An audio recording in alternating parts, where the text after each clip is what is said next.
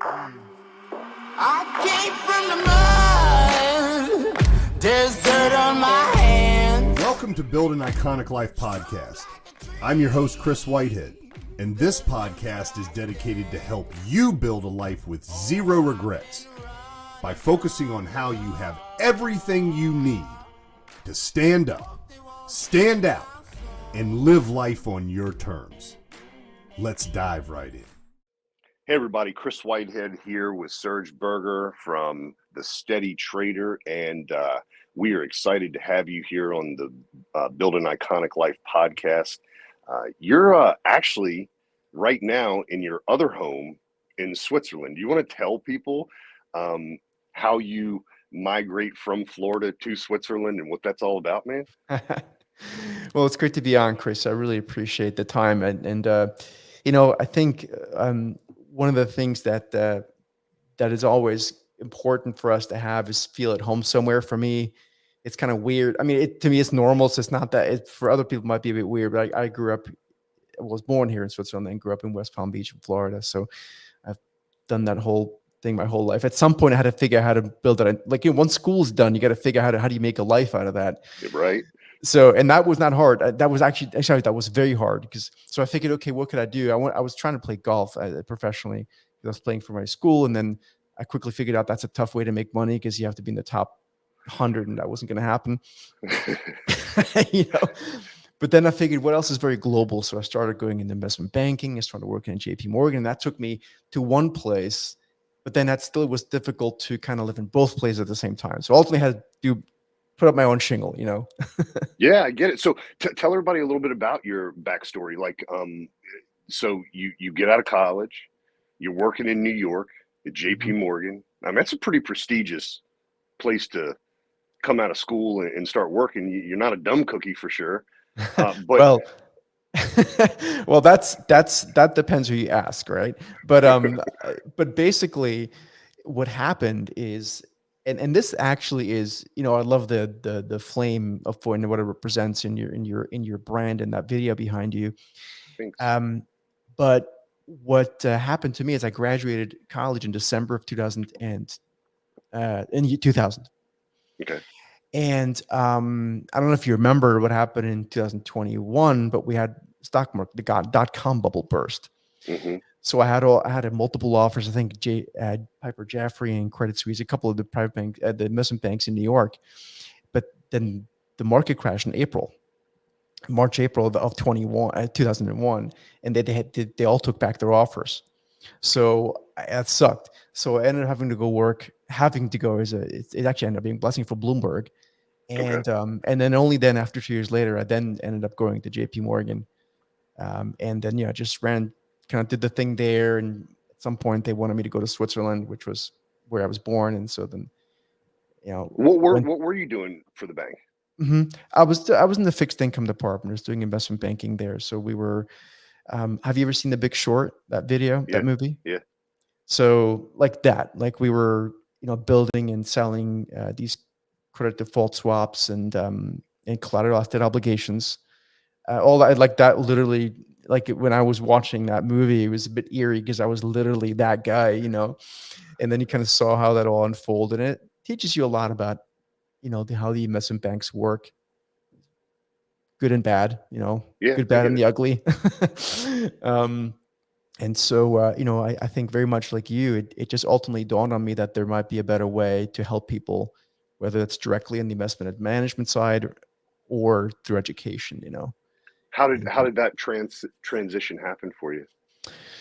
Well, what happened is this is a true story. So in 2007, in the summer, I had just come back from vacation in Turkey. It must have been like mid-July.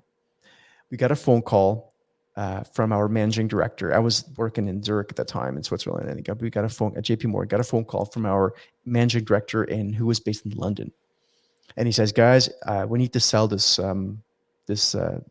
CDO. It's a collateralized obligation. It's basically debt. The movie talks about it as crap wrapped in crap. If you watch the movie, and so with that, we had to sell one of those." And he goes, "Listen, and we will literally pay you $1 million bonus in cash. Like the minute you sell that, like now, not when bonuses are paid out in December, January, like now. And so, I was young. I was like, that's amazing. So I went to the weekend, and then I thought about it. I was like, you know what? That doesn't sound right.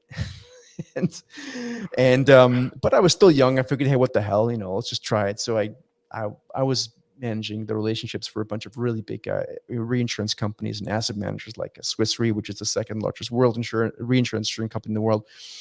And so I figured, what the hell, let's just try to sell this thing. And so I had everyone flying from research in New York and literally, it was ridiculous. And I was only like 26 or 27. And so we got it all together and had multiple meetings. And we got this close to selling this. That was like, I could smell the money already. It was already pre-spending a little bit. And of course, it didn't happen because of one guy saw through it. And in the end, it became very clear to me that we were just trying to unload our book of bad loans and things. And then I actually ended up quitting by October of, or late, it was 2010, something like that. Anyway, ended up quitting because I just saw that, this is not sustainable, what's going on here. And actually the whole fixed income department got canned within months after that. So that was the right call.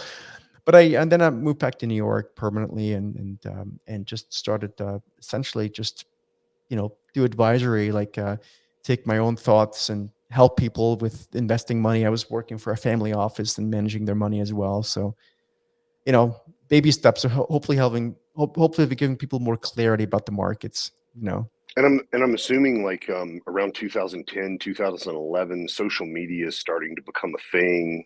You're the kind of guy, and we talked about this a couple minutes ago. You're the kind of guy that's always probably looking at least a couple steps ahead because of what you do with investing. And now, you have e-courses, you have online training, you have live events. Did you start to see in around 2010, 2011, this slight surge that was happening online? And did you start to kind of capitalize on, or at least think about how you were going to create awareness for what you were doing at that time? Yeah. So what happened is, while I was working at JP Morgan, I was writing this morning note that when you're at an investment bank and you manage relationships, what happens is, like, all the research departments around the world, they send you their research, and then the problem was that some of the research was, as you can imagine, very boring. And so what I tried to do is I tried to put it into sort of a more sort of a fun spin on it. And Okay. so I really enjoyed that. So it kind of sounded funny, but of course was very serious. And about a year and a half into that, on the Bloomberg terminal, you can do message 4. You can see who opens your email. And I noticed that like 85% of people were opening this email. And these are like all like huge chief investment officers of huge. Yeah, that's not normal. It wasn't normal. And I was like, that's weird. So even though they didn't tell me, because they probably were, they had too much. It's an ego game. It's a one big pitch show at these investment banks. Anyway, I was like, you know what? That's pretty cool. So then I started doing that same thing when I finally quit. And then you're right. Then that whole thing started with the social media. So 85% of these people that don't normally open emails at all, they probably have people open it for them, but 85% of the company is starting to open up these emails. And so this is telling you, like, uh-oh, I'm onto something. Yeah. And it was just funny because I think I just noticed that there was a real thirst for being able to read what's important today or this week, or, and through a lot of really smart input, but reading it in something that's readable and not bone dry, coming from some guy that just got 3 PhDs and, can't approach other people in person. So that was kind of my thing. And then I started just moving on, started doing interviews on TV and this and that and everywhere. And, it just started building a following, and then you get more lucky breaks, and how it works, right? I think yes, I do. Done Been a doing very it for 25 years. Great job. Exactly. Fantastic job from what I can see. So thanks, man. Just staying at it, like that, love that flame keeps burning, you got to keep stoking the fire, as you say. Well, here's where the rubber meets the road for me. You're really helping people to live an abundant lifestyle. You're giving people the keys to start to invest, right? You're giving them the opportunity to trade money for money, instead of time for money, overtime. Um, there are a lot of people out there that talk about it, but there are not a lot of people out there that have made a life doing it and creating success for other people in that process. How long have you been actually teaching people your process, and what kind of results are you getting people? So I think I've been doing the teaching part, the education. It's really more, I really look at it more as research and education, because it's really Okay. through the lens of research. You do webinars Make every your day. own. Yeah, yeah, yeah, yeah. Yeah. And just so you know, just full disclosure, we also have an investment advisory firm where we actually manage people's money and do advisory. So there's the way this industry works is that you have the research stuff, or education or education, that falls under the publishing exemption because you're not giving someone advice, right? Sure. So if you're subscribing, I'm not telling you, Chris, that you should do that because I don't know you. It's like a newspaper, right? It's like a Yeah. newspaper article. Whereas at Blue Marlin Advisors, which is our investment advisory firm, that's where we're registered investment advisors. We manage people's money, and we call them and say, "Hey, Chris, today this is good. We think you do that much and this blah blah." That's a very more that's regulated onto to the underwear, which it should be. Yes. It really needs to be. So there's a lot of clowns out there in this business, and you talk about social media before, and I think it all peaked just as COVID peaked. Hmm. The just complete lunacy of people out there pretending like they can sit down by a pool, and trade cryptocurrencies or whatever. I mean, it's ridiculous. This is a very difficult game. It's actually not a game. It's very serious because it's about your money, and so I I I just try to get people to the point initially where they start to realize they need a process. And so I'm sure you've seen it. Someone has some sort of a service like this, and they draw a couple of lines in a chart, and they call for breakouts and all sorts of voodoo. Yeah. And that's nice to know, right? The problem is it all has to do with the economic cycle. If you don't know where you're in the economic cycle and you don't have all that information, which no one wants to learn because it's boring. It's much better to, open your phone, open your Robinhood account, and get some confetti flying if you buy something. It's ridiculous. It shouldn't even be allowed, to be honest with you. But once people understand that there's a process to it, the first point is to get them to understand that, and then just stop losing money, stop making ridiculous things, because they might be serious about what they want to do, but then they buy a stock right before earnings in hopes it goes up, but they have a 40% chance of making money if that happens. Like it's just ridiculous. So we try to get people to a point where you just stop blowing up their money. That's like the first goal, and then you start, once they graduate through all the education, and they start realizing that, that's nice to get the education and the research, but really I kind of need someone to like talk to personally. And actually someone probably needs to manage my money, at least 80% of it. Then we start getting to the point where you really probably should have us manage your money, and you play with the 20% that you want to play with, right?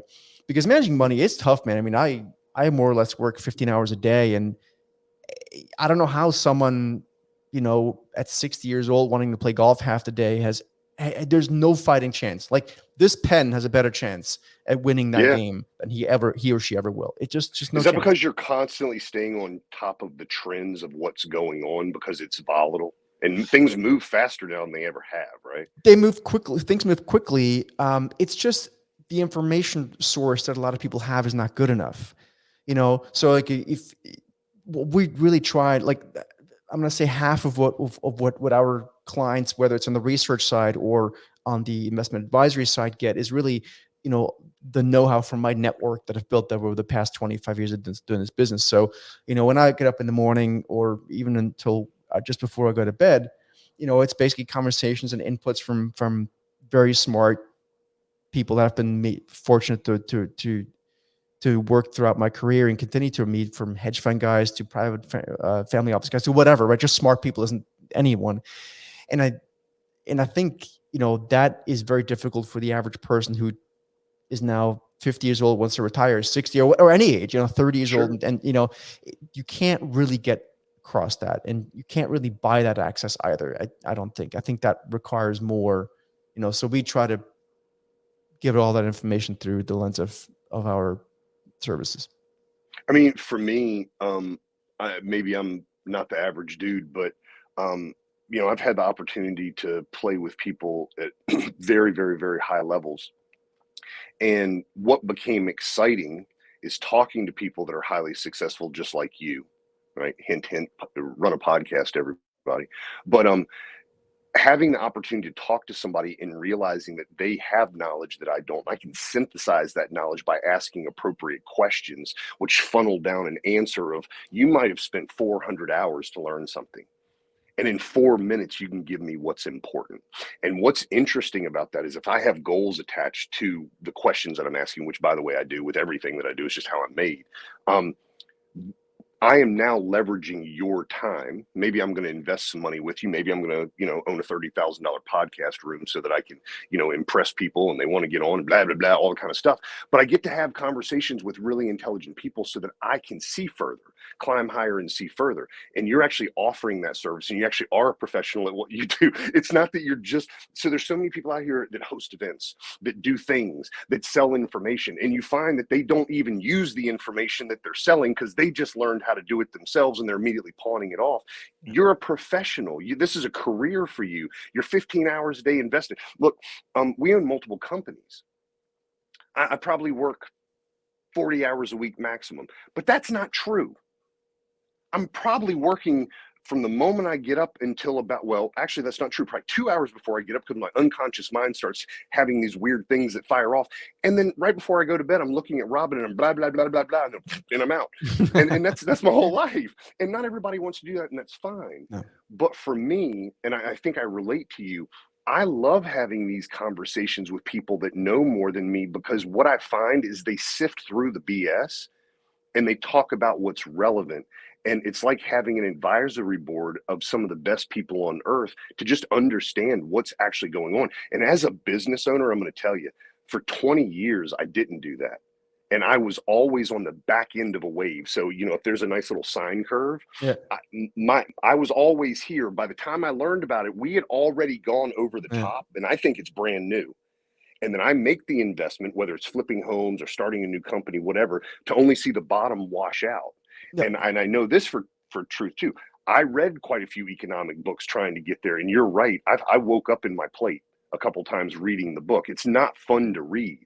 No. So you bring a personality to this thing because you're a human being. You enjoy communicating with people, and you make it relevant information. And hey, full disclosure, everybody, Serge wants to make money too. So not only does he educate you, but then he says, maybe we can earn your business because you think the information we're giving you is relevant. Not bad model, man. Hey, look, I mean, I think at the end of the day, like you're saying before, which I honestly think it's one of the most relevant points, there are so many people who don't know what they're talking. And this is not about them being bad people. It's just they Right. don't know what they're talking about. So the advice you're going to get from someone like that, and it's some things it's difficult to disguise. Like, for example, if you take a ski lesson from a guy that doesn't know how to ski, or a girl, that becomes pretty clear, because like if they fall before you, that kind of thing. Yeah. But in some other things, that's not so easily disguised. That's not more easily disguised. And so, Yeah. particularly with the internet and whatever AI, who knows what else we got going on here. So, at the end of the day, I think you just have to be authentic, and I think that's very much from what I'm seeing from you as well. Like, if you can't be authentic, it's very difficult to do anything, and people won't believe you. So you can't really build a business or a following for that matter. I don't, I grew up in a time, I'm a little bit older than you, but I grew up in a time where, my dad gave me one really, really good lesson. He said, keep your name out of the courts, right? As I was growing up. Now, I have had a lot of employees, and I do realize what happens once people get into the court system. Like, it's a big funnel, and most people don't get out of it once it goes.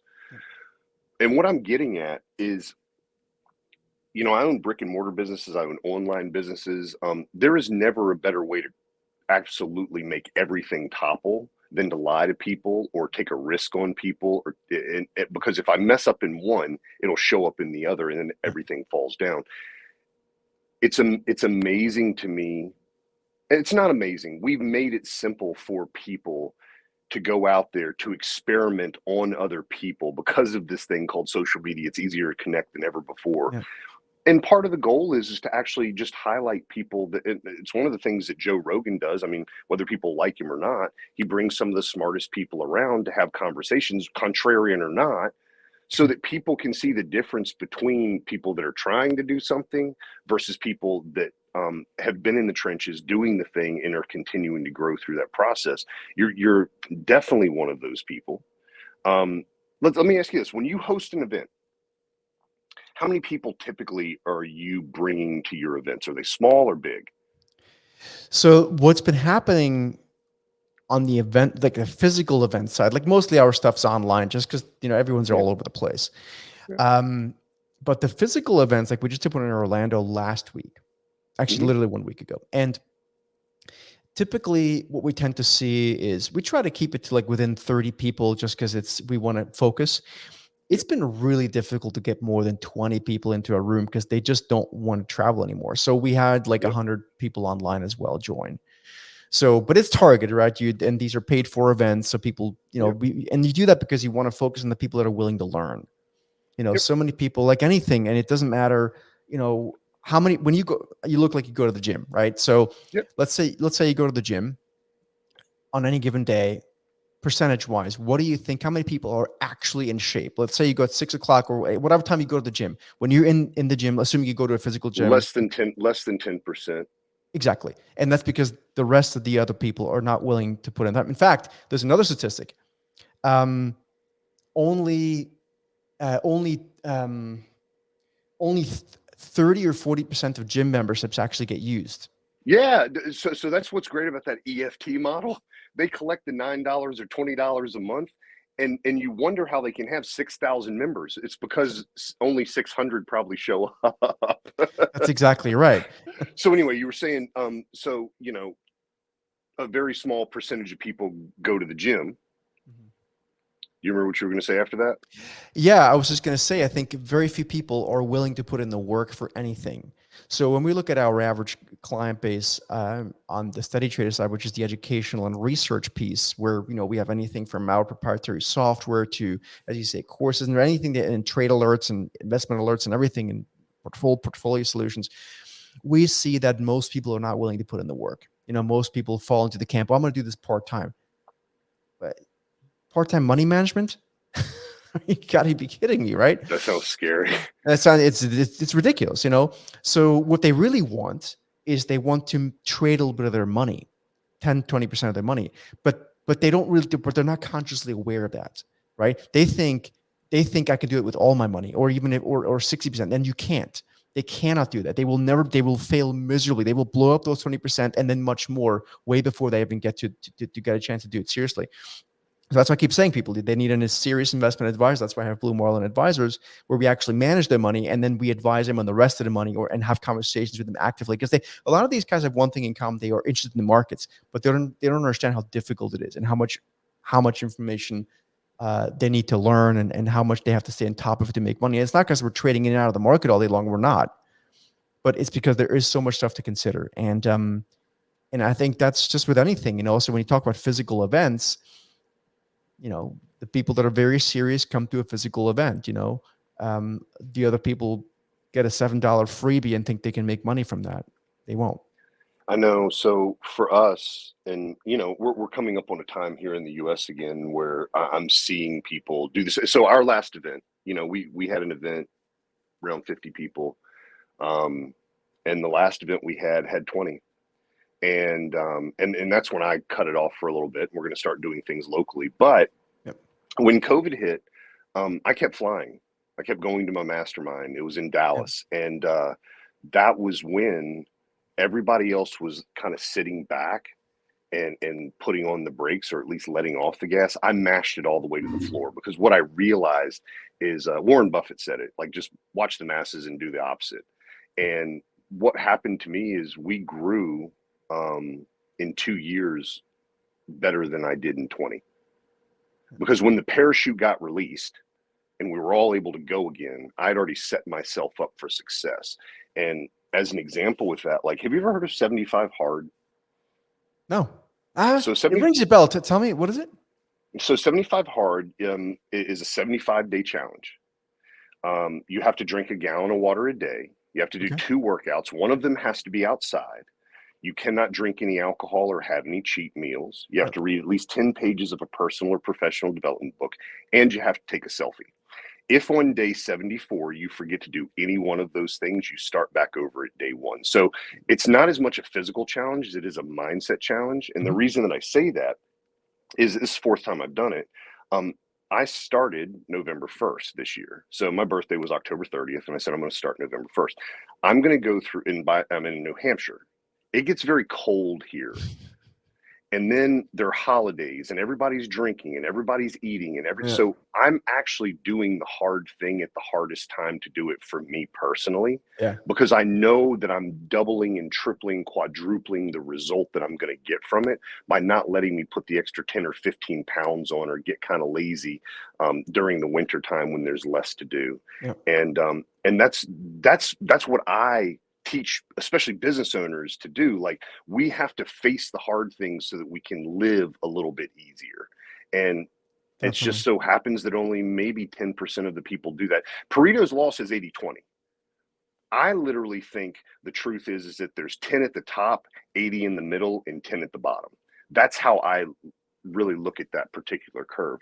And just like you, I'm looking for the 10 that already want to. I'm not trying to convince people to do it. I'm Yeah. looking for people that are sick and tired of being sick and tired, and they're ready to start growing and winning. Do you find when you do this, Chris, do you find that you're the 10%, or again, maybe it's 15, 20, even if you really Sure. stretch it, do you find that those people tend to be ones that have maybe gotten their teeth kicked in a bit before, like they've realized something? So same thing. The simple answer is yes, but the same thing in my remodeling company. We're not the cheapest remodeler in New Hampshire. We're probably in the top 4 most expensive in New Hampshire. But once you have had the taste of a really bad contractor, Mm-hmm. that $15,000 bathroom that sounds like a dream Yeah. doesn't seem much like a dream when I tell you it's going to cost you 35 to 40 to do the exact same thing, because Mhm. they understand the experience that they're having going through the process. And so, yeah, I'm not here for the brand new person who wants the $7 course. I'm here for the person that has stayed the course Mhm. and they're like, dude, I've tried everything that I can. And Iconic not only teaches people, how to generate leads and social media and all the things. I mean, even podcasting and being on stage. I mean, that's part of what I teach people. Um, More importantly, we're teaching people how to move there more quickly through their mindset, because usually it's the questions, not the answers are everywhere now. Yeah. It's asking the right questions that is the right query that makes the right answer come up. And even in AI, depending on the question that you ask, you can get a very, very different response. And the more Very true. specific you are, the more that question, the more that answer tends to become what you thought it was going to be Yeah. to begin with. Yeah. Very true. Very true. Fantastic. We were talking about AI a little bit earlier, Mhm. and you were sharing some things that I think maybe some of the technologically advanced people on here are aware of, but the rest of us might not be. You think something's coming, but you also think that there is some mitigation that's going to have to take place because of that. Talk about what you're seeing coming with AI. Yeah, I mean, what I mentioned to you before is I think what we might start to see in the coming months. We've got an election coming up next year. Um, we're going to start to see more of the AI and video be available to you and I. So there'll be AI that will basically be able to make a video of you and I, even a podcast, and it won't be us. It'll be AI doing it right now. For you and I, that's great. We can go play golf or whatever we want to do, or ski or snowboard. Yep. But it means other people can do it too. Yep. And so that could interfere in elections. We don't know we don't know who's saying what anymore.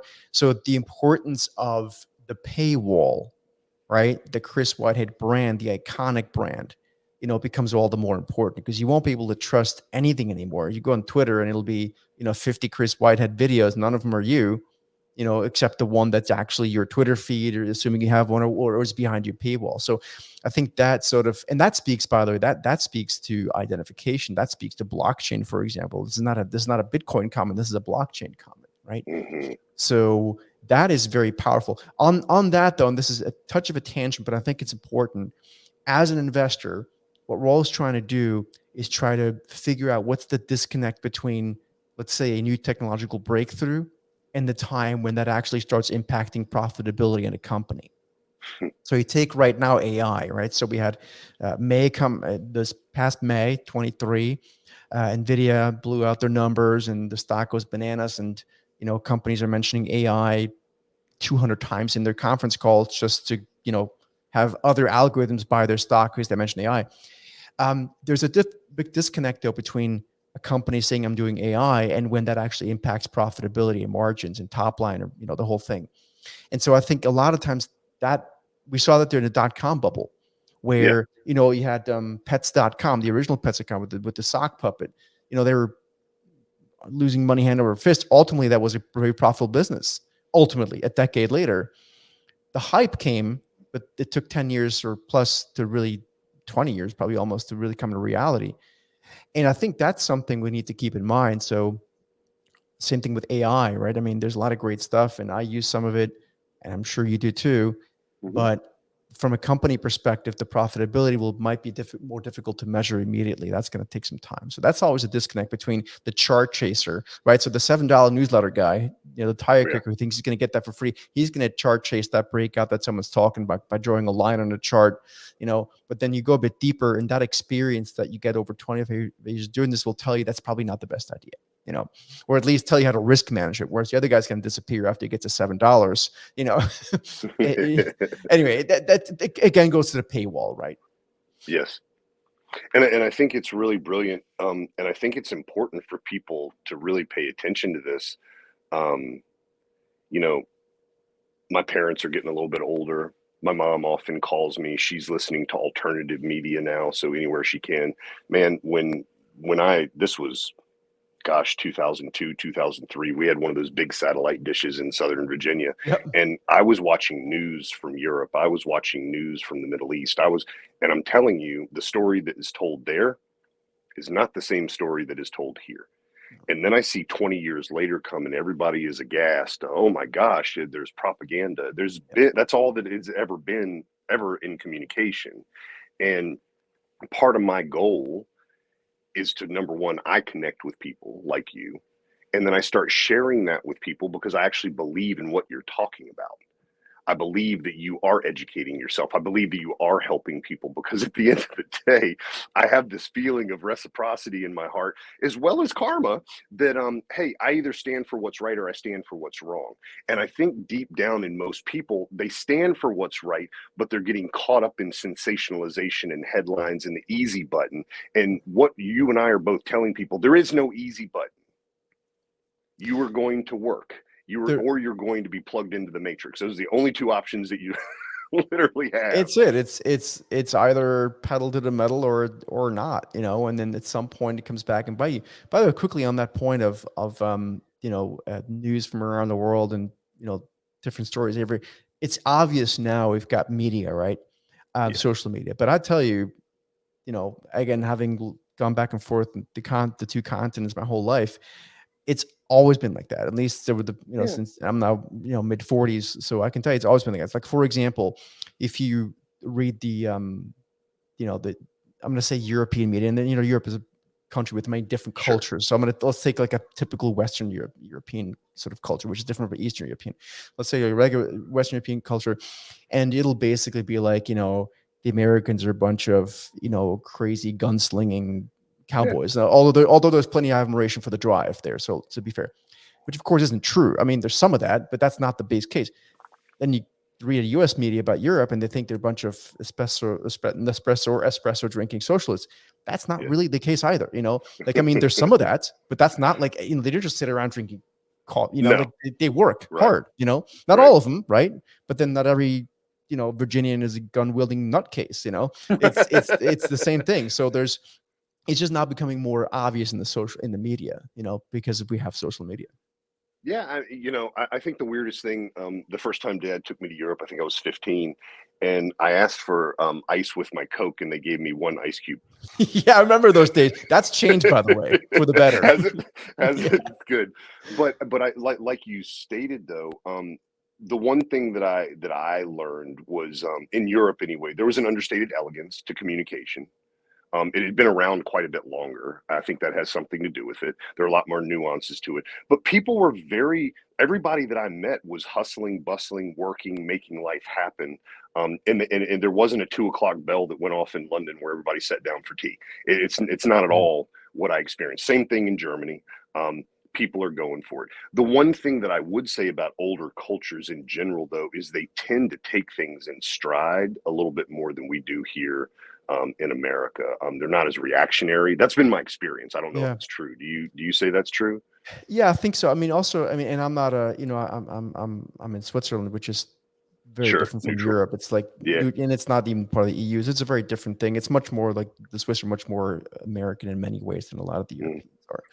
But what you'll find is that there is the wars, particularly the Second World War, is something that a lot of people, not the younger generation, they don't remember, but you know, the baby boomers, that's still in their mind, you know, and they remember just having nothing, you know.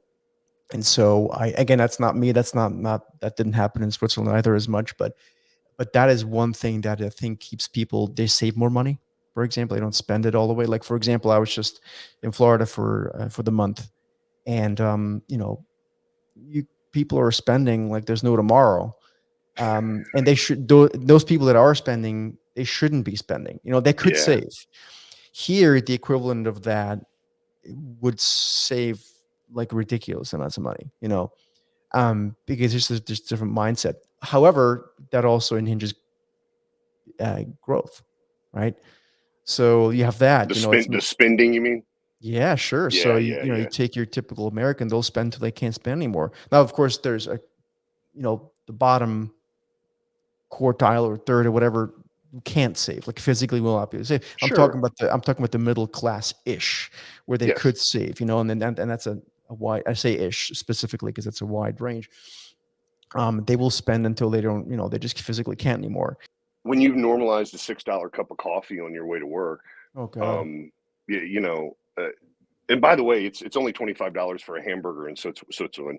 But when you when you normalize a $6 cup of coffee on your way to work every morning, you have to start thinking about what are other non-necessary or unnecessary commodities that you're constantly consuming that you don't know about. You don't just have internet, which is $90 or $100 a month. You have to buy the 14 apps now, which cost the same as Comcast did. And do you actually That's need right. that? You know, I'm not sure many whatever. people have made that math yet, by the way.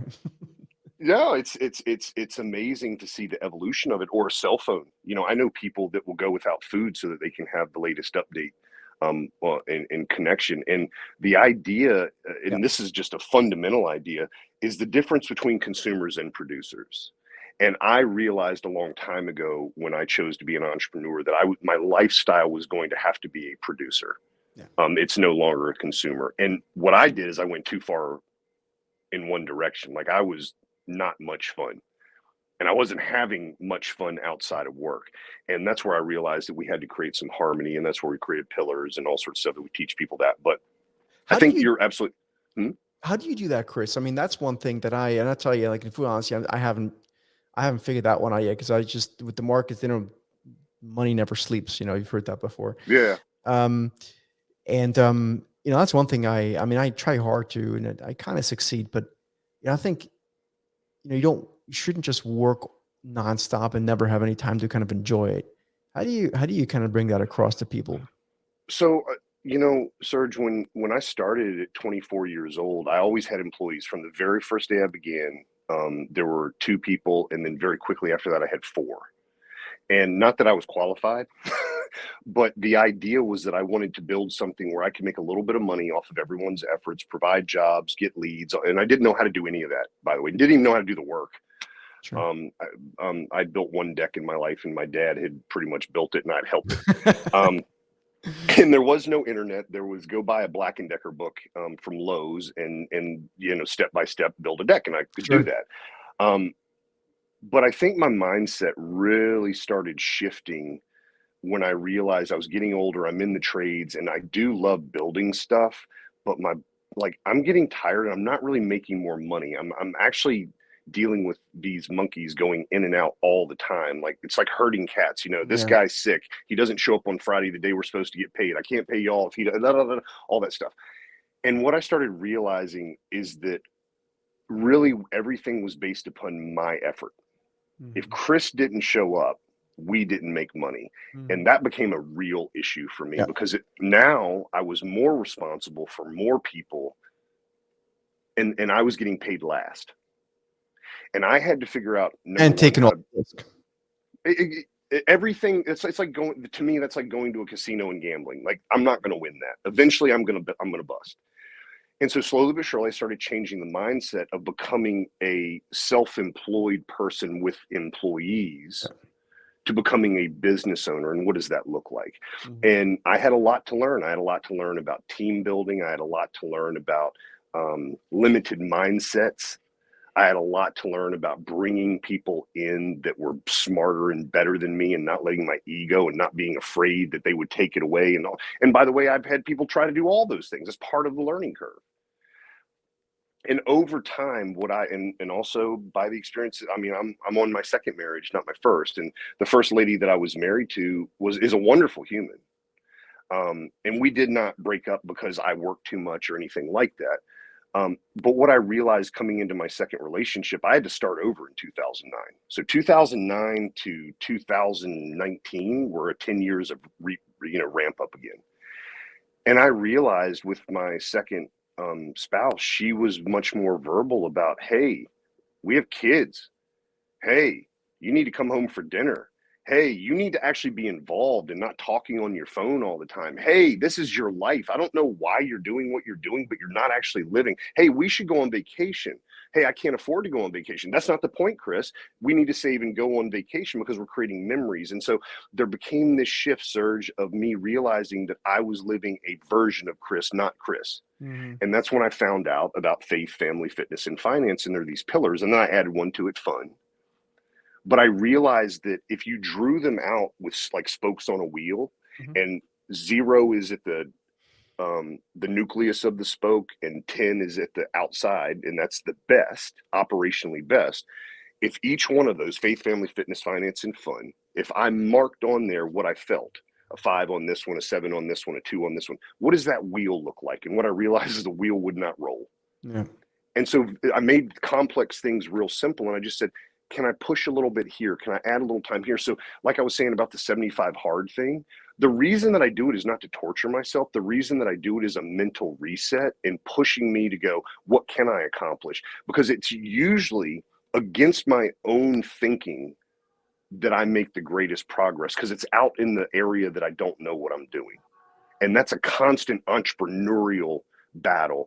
And now that I have a lot more assets, a lot more everything, it becomes riskier to take risk. But I cannot continue to grow if I don't take those risks. And that's how I've done it, man. And now we have kids that are, 20 and 21 years old. And I'm looking at them, and now I'm thinking about a legacy. I'm thinking about what am I teaching them by my example, because now they're out there in the world. And by the way, they're the next group of leaders coming. Oh, crap. I wasn't ready for that part yet. And so I realized that we have to show them a reason to suffer, because that's what hard work is. In some ways, it's denying self of one thing, sacrificing one thing for the betterment in the future. Like you were saying, sometimes 10 or 20 years later is when that's going to be realized. So the way that I put it for what I do is sometimes I plant a tree for me, and I'm glad I did 20 years ago, and that was the best time to plant it.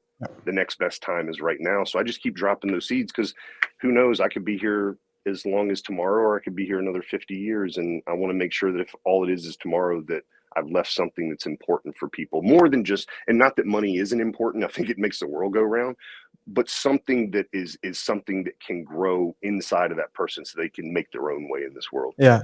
Very interesting. Very interesting. Goes back to the point of you got to work outside your comfort zone. I'm a big believer in that. Like right now we're in the process over at Blue Marlin of making some acquisitions and buying other investment advisors. And I got to tell you, man, like that makes me a little queasy doing M&A deals, but I have to.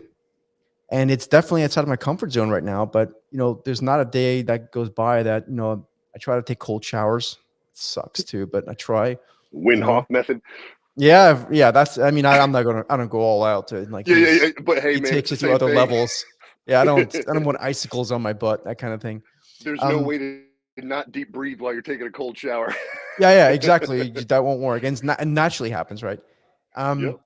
The other thing that you mentioned, I think is really, really interesting because, and this is a Tony Robbins thing, and this is not about him. It's just that I'm telling you that's where I heard it, and I think it's really Yeah. true that people uh, dramatically overestimate what they can accomplish in 1 year, but dramatically underestimate what they can do in, let's say, 10. It's And true. when I heard that for the first time 6, 7, 8 years ago, maybe more, it may have been a decade now. So it kind of works timing wise. I couldn't agree more. Yeah, I agree too. It's And unbelievable what you can do. here's what's weird. It's the ramp up. So it feels like nothing, That's right. and because you've stuck with it, That's right. it's almost like God just goes, here's the prize, and you're like, That's right. that was not Exactly. here yesterday. It was not here yesterday, and I'm not the smartest guy in the room. Everybody, I just didn't quit. And I think that's what Tony's talking about. I Pick a think so. path and Yeah. see it through. Pick Yeah, a and path you're and see building it all through. those, you're building all those layers of, assets and knowledge and community, and whatever it is the business is, right? But it just takes a long time, and as I say, Rome wasn't built in a day, and nothing gets built in a day. But that's another downfall of social media. And this is not I'm not anti-social media. I would say use it all day long. But I mean, I think just people have the wrong impression, of what it takes to work hard, and it's just it goes, we see it like I said before around investing. People just really think it's just as simple as opening up a Robinhood account and putting a few $1,000s in it, like literally they think $2,000, and then it's going to be amazing. It's not. You're going to blow up those $2,000 many more times before you get anywhere. And they're just not willing to learn. And I don't know I don't even know if that's a generational thing. It may be. I'm not honestly don't really know. I think that's more research to do. I think it's the advent of social media that's making things a bit too easy. I think my honest opinion is I think we're just more aware because of social media. I think it Yeah. always has been. We're just seeing it displayed. Mm-hmm. And you know what? God bless people. Do what you want to do. It's fine with me. For me, I had a vision in my heart 25, probably almost 50 years ago, since I'm 50 as of October 30th. But I had a vision in my heart of something that I wanted, and I have slowly but surely been building in that direction, no matter what obstacle. And what I found, Serge, is that my self-image increases and my desire to want to give back increases. And as I step back and I look at it, I go, well, for me, that's important. And all I want to see in anyone, even if I disagree with you, it's okay. Are you willing to pick something and stand by it no matter the consequence? And if you don't stand by it, don't judge yourself. Find something that you will, because that makes you a solid human. Don't be wishy-washy. Don't go to this rally and say this thing, and then I see you over here at this rally saying the opposite thing. Don't tell me how you're an expert at this business this month, and I turn on social media next year and you're expert at enough. Like, how can you do that? It's taken me my entire life to even come close to being an expert at something. So that's what I want to promote more in the world is steady, and that's funny, the steady trader. Steady growth over time wins the game. And that's okay, because it's not about the destination, because the destination is we're all dead.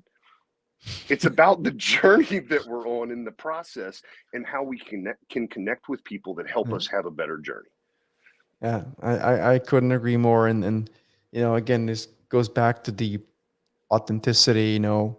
If you can be real with people, people take notice. Some people are drawn to to weird things, or who am I to call it weird? Just not kind of but way on tail events kind of stuff. If you think you sine curve with the tails, but I think authenticity helps a lot, and it's I think that's what you're doing too. It's fantastic. Thank you. I appreciate it. And here's what I think AI is not going to be able to do very well. That it's not going to be able to be vulnerable. It's not going to be able to be authentic. And unless your information is published somewhere that it can go gather it so that it can speak it or video it or whatever, it's not going to tell the real story. And I think somewhere in our hearts, we have a little tuning fork that determines whether or not that's authentic and real. And because people have so much data now, and I know you can do this, I can do it. When somebody sends me a text message, I can place tonality into that text message very easily. It's written words, man. Sure. But where a comma goes, all capital letters, exclamation points, Sure. long run-on sentence, all sorts of ways tell me the mood that person's in. Right. And what I'm here to tell people is use the tools, just like you're doing. You're using tools to not only benefit you and your family financially, but now you're helping a lot of other people do it. Use the tools. Don't be a tool. Well said. And so anyway, I want to get you back on the show sometime. I'd like to have a more in-depth conversation maybe about maybe some things that you think are some tips that you can offer people. But in the meantime, until we do that, what is the best way for people to reach out to you? On the research and the publishing side, it's you go to thesteadytrader.com.